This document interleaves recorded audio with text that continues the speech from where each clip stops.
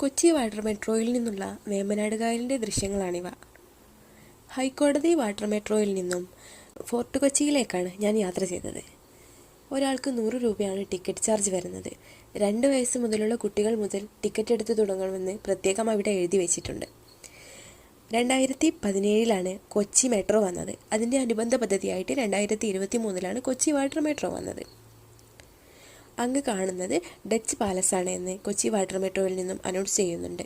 ഓരോ സ്ഥലമെത്തുമ്പോഴും അവിടുത്തെ പ്രത്യേക മെട്രോയിൽ തന്നെ അനൗൺസ് ചെയ്യുന്ന സൗകര്യം വളരെ ഉപകാരപ്രദമായി തോന്നി. വളരെ എളുപ്പത്തിനെത്തുന്നതും അധികം ചാർജ് ഇല്ലാത്തതുമായ ഒരു സർവീസ് തന്നെയാണ് വാട്ടർ മെട്രോ.